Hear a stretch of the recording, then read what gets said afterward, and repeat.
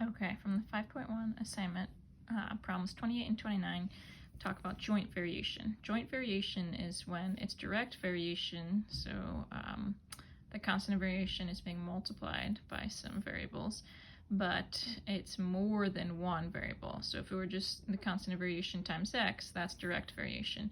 But as soon as we add in more variables, and we could even have some more complex ones that involve division, but in general, joint variation is just direct, so multiplying, but there's more than one variable. So instead of just x, there's x and y, and so we bring in the variable z.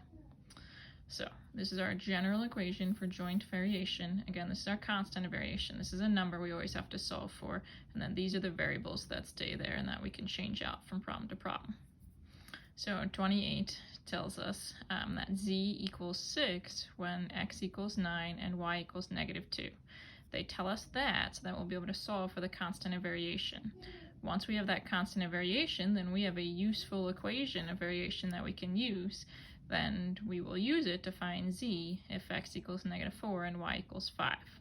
So first we use these three values so we can solve for a. So if we plug them in, so z equals 6, so z goes, the value of z goes where z was. So you have 6 equals, we're looking for a constant of variation a, plug in the value of x, so they told us x is 9, plug in the value of y, they told us y is -2. So 6 equals a times -18, because 9 times -2 is -18. So if I want to solve for a, since it's a product, to undo it, I'm going to divide by -18. 6 doesn't evenly divide by -18, but I can reduce that fraction to -1/3. That's my constant of variation. So my equation of variation is z equals -1/3 times x times y. So you have to write that equation. That's our equation of variation. Now that I have that, I can find the value of z if x equals -4 and y equals 5. So I do -1/3 times -4 times 5. Well, -4 times 5 is -20. I'm going to make that -20 over 1 because I have to take it and multiply it by a fraction.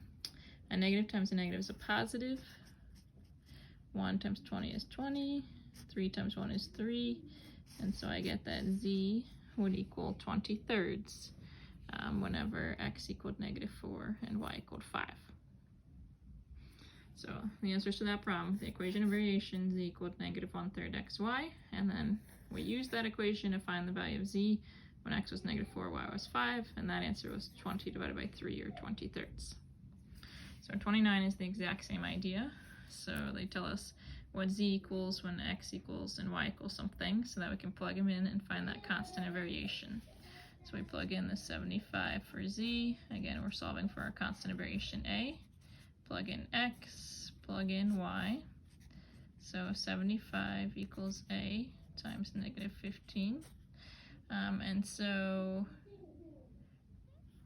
if I want to solve for the value of a, since it's a product, I got to divide. So I divide both sides by -15. And so I get that a equals -5.